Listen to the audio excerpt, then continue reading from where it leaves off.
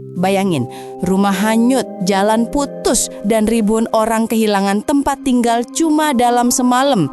Tapi penanganannya masih terasa lambat karena terkendala birokrasi dan anggaran daerah yang tipis. Emosi gak sih?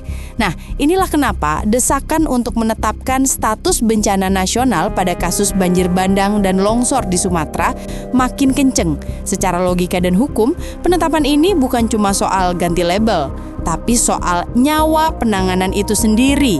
Berdasarkan UU nomor 24 tahun 2007, status bencana nasional ditetapkan kalau pemerintah daerah sudah kolaps alias lumpuh total, jumlah korban jiwa masif, kerugian harta benda raksasa, dan cakupan wilayahnya luas. Faktanya, bencana di Sumatera seringkali melumpuhkan akses logistik lintas provinsi dan mematikan ekonomi warga. Kalau statusnya cuma bencana daerah, dana yang turun terbatas dari APBD yang emang udah ngos-ngosan. Tapi kalau jadi bencana nasional, pintu anggaran pendapatan dan belanja negara terbuka lebar, komando langsung diambil alih pusat, dan bantuan internasional jadi legal buat masuk. Urgensi ini makin valid kalau kita lihat data di lapangan. Banjir bandang Galodo dan longsor di Sumatera bukan bencana kaleng-kaleng. Data dari BNPB sering mencatat kerugian infrastruktur yang gila-gilaan.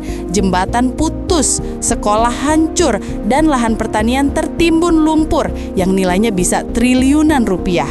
Tanpa status nasional, pemulihan atau recovery bisa memakan waktu bertahun-tahun karena Pemda harus nunggu dana hibah atau bantuan pusat yang cairnya kadang ribet.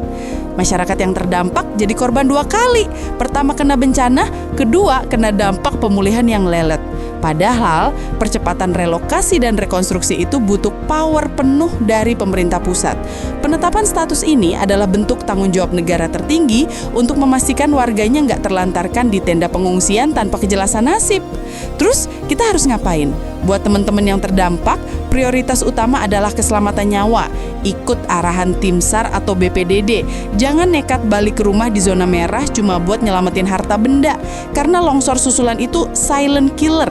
Segera lapor ke posko data biar bantuan terdistribusi merata. Nah, buat kita yang tidak terdampak, aman di rumah, please banget, jangan cuma jadi penonton atau malah nyebar hoax dan video lama yang bikin panik. Langkah konkretnya, donasi ke lembaga kredibel, suarakan urgensi penanganan cepat di medsos biar viral dan dinotis pejabat, dan stop disaster tourism. Datang ke lokasi bencana cuma buat selfie. Solidaritas kita itu energi buat mereka yang lagi down banget mentalnya.